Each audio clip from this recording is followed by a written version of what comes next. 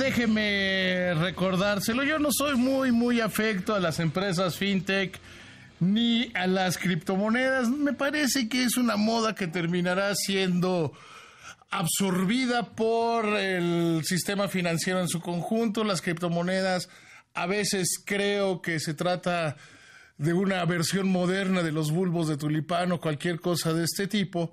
Sin embargo, las autoridades financieras mexicanas han tomado el tema con una gran seriedad desde el punto de vista regulatorio. Han tomado el asunto en sus manos. Ya desde la convención bancaria de abril de este año ya se hablaba del tema de una ley fintech, y el presidente de la República ya la envió al Senado de la República. Para hablar de este tema me da muchísimo gusto saludarte. Carlos Horta, vicepresidente de Política Regulatoria de la Comisión Nacional Bancaria y de Valores. Qué gusto saludarte. Igualmente, muchas gracias. Me gustaría que empezáramos casi desde los fundamentos. ¿Qué son las empresas fintech y por qué la necesidad de meterlas en la regulación del sistema financiero mexicano? Correcto. Mira, como sabes, fintech es la conjunción de dos palabras.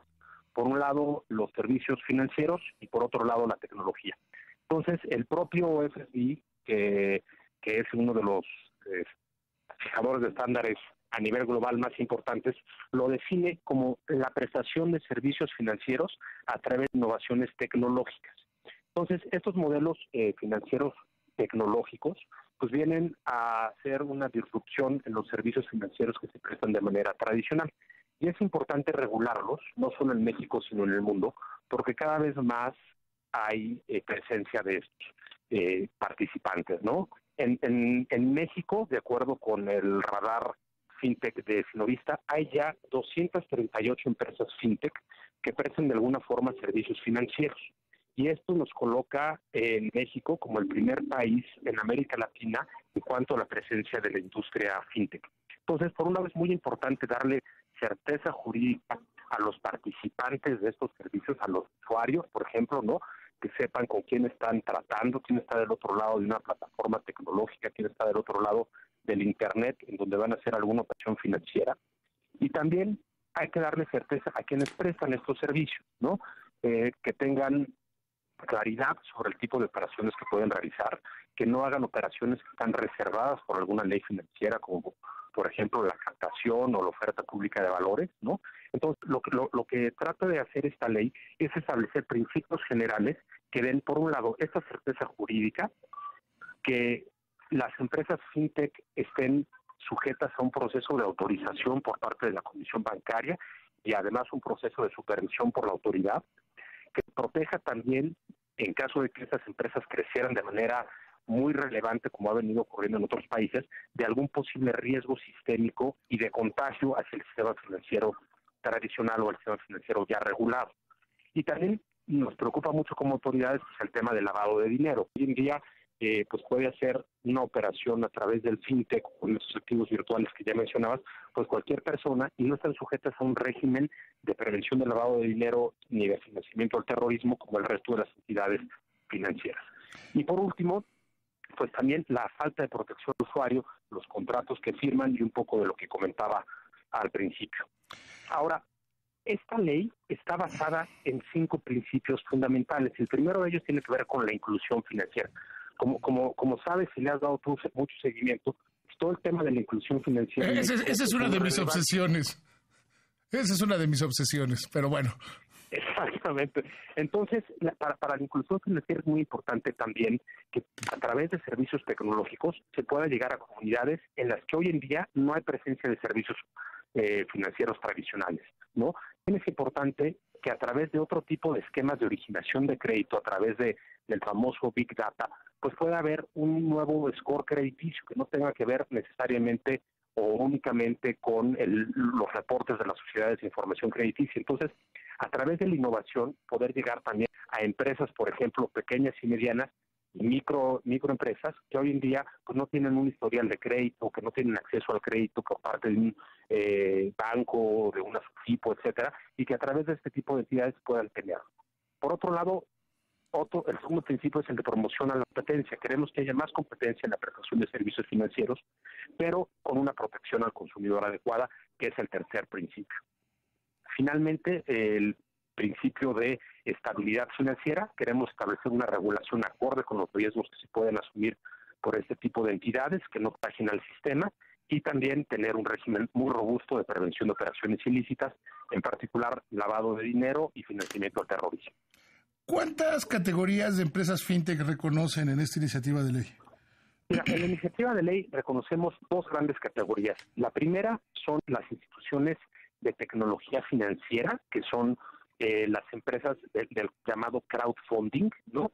Y de ese tipo de crowdfunding hay tres subconjuntos, ¿no? La primera es que en inglés se le denomina peer-to-peer o de persona a persona, en el cual son créditos que una persona requiere y solicita que a través de una plataforma se publicite su necesidad, y distintos usuarios, distintas personas fondean a esta persona. A cambio, estas personas reciben un rendimiento mayor al que podrían recibir en una cuenta ordinaria de banco, pero también su riesgo es mayor, por lo cual debe de haber una revelación muy exhaustiva de cuáles son los riesgos que enfrenta una persona al financiar este tipo de proyectos, ¿no? También dentro del crowdfunding están las de capital, ¿no? Son participaciones sociales de proyectos, como por ejemplo puede ser una heladería o un negocio, o sea, negocios pequeños que requieran capital para iniciar su operación. Entonces, se venden partes sociales. Y también están dentro de crowdfunding las de copropiedad o regalías. Y ahí se participa no en las decisiones, no es como un título accionario, sino es más bien una participación en las regalías que pueda tener un proyecto específico o en las pérdidas que tenga. Esto sería equiparable, por ejemplo, a las acciones neutras. Exactamente, es muy similar, ¿no? Y por otro lado, están también las instituciones de fondo de pago electrónico, que estos son los clásicos monederos electrónicos, donde uno deposita y se hace un registro de este depósito, y uno puede disponer a través de distintos medios del dinero que depositó en alguna entidad. Este tipo de entidades, al recibir dinero del público, pues van a tener un régimen pues muy robusto en cuanto a su régimen de inversión. Todos los recursos que reciban pues van a tener que ser depositados en alguna entidad financiera al finalizar el día, van a tener que estar totalmente líquidos, la gente va a poder retirar su dinero de manera inmediata en cuanto así lo requiera. Y eso sería como, hay ejemplos ya grandes que operan en México también de estos fondos de pago electrónico. Por otro lado, está el tema de las operaciones con activos virtuales a los que ya te referías. Y ahí lo que estamos reconociendo es que se pueden hacer operaciones con estos activos siempre y cuando el Banco de México los reconozca, y para reconocerlos emitirá disposiciones de carácter secundario, y entonces estas instituciones de tecnología financiera podrán operar con activos virtuales, al igual que las instituciones de crédito. Otro punto muy importante de la ley son los interfaces de programación de aplicaciones informáticas, o los famosos APIs, ¿no? Que lo que se busca es que las instituciones financieras compartan su información, es decir, lo dije mal, que compartan la información de los clientes, porque al final la información es del cliente, y entonces el cliente, al compartir su información y al compartir también las entidades financieras la información de los productos que ofrecen, pues nos pueden informar mejor a los usuarios de los servicios financieros acerca de los productos que hay en el mercado, de cómo consolidar nuestras deudas, si nos conviene más invertir en tal o cual banco, en tal o cual producto, y eso se puede hacer a través de esta información que pueden compartir los bancos, y ahí estamos estableciendo en la ley pues que debe de haber un libre acceso, costos autorizados, etcétera, para que no haya barreras de entrada a ese intercambio de información. Y finalmente te diría que tenemos un capítulo que se llama, que lo tomamos de otras regulaciones del exterior, que se llaman los sandbox, ¿no? Los areneros regulatorios. Y aplica a entidades no reguladas y a entidades ya reguladas. Un ejemplo de una entidad ya regulada puede ser un banco que quiera hacer una innovación tecnológica para prestar un servicio. De hecho, ya hay bancos que están haciendo operaciones fintech. Exactamente, ¿no? Pero hay algunas que todavía están restringidas por alguna regulación secundaria. Entonces, lo que harían estos bancos, por poner el caso, sería acudir a la Comisión Bancaria, solicitar que la Comisión les permita hacer algo que bien o esté prohibido en reglas o que no esté previsto, y nosotros tendríamos la facultad discrecional de autorizarles o no a los bancos poder usar este sandbox, ¿no? Y ahora, para las entidades no reguladas que quieran hacer una actividad reservada por ley, como por ejemplo la captación, las autoridades podrían autorizarles llevar a cabo esa actividad también en programa piloto, con muchos requisitos, con una observación, con un seguimiento en un segmento de la población específico, con controles para sacar a la población en caso de que hubiera algún riesgo no considerado, etcétera, temporal. Y esa autorización temporal, en caso de que funcione el modelo de negocio, entonces tendrían que convertirse después en una entidad regular, y así no tienen que hacer toda una inversión de inicio para probar un proyecto que puede o no funcionar, y que a la vuelta de los años pues haya sido una inversión en vano, o que en efecto sí haya sido rentable el proyecto y entonces se transforme en una entidad regular. De esta regulación, ¿hacia dónde? ¿Qué es lo que busca la regulación? Al final del día, ¿qué es lo que busca esta regulación, esta iniciativa ya en manos de los senadores? Bueno, ya lo que va a ser la regulación secundaria, o sea, la ley en manos de los senadores, lo que establece son principios generales para que en regulación secundaria las autoridades competentes, Banco de México, la Secretaría y la Comisión Bancaria, puedan emitir regulación que norme el sector sin tener un formato rígido desde la ley. Entonces, en regulación secundaria, en el caso de la Comisión Bancaria, pues nosotros estableceríamos desde los criterios de selección de los solicitantes para poner una institución de financiamiento colectivo, por ejemplo, los límites de recursos a nombre de los clientes.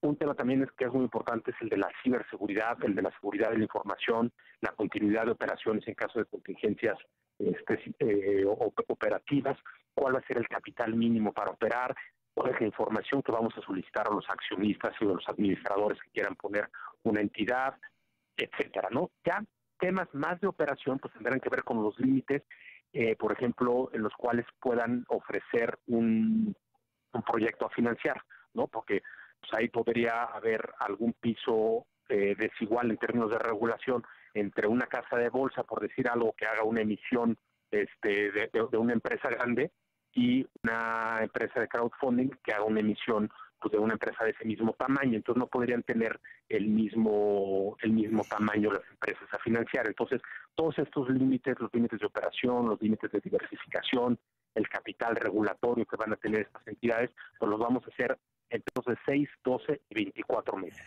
En los primeros 6 meses pues tendremos que sacar toda la regulación que sea necesaria para el establecimiento de estas empresas, para que soliciten su autorización. Y algo que también es muy importante es que las empresas fintech que hoy en día ya operan en México, una vez que saquemos las reglas, tendrán 12 meses para solicitar su autorización a la comisión correspondiente, y en caso de que no obtengan dicha autorización, pues tendrán que suspender las operaciones que hacen, que hoy en día pues están permitidas, pero ya con la ley estarían reservadas a ese tipo de entidades tecnológicas.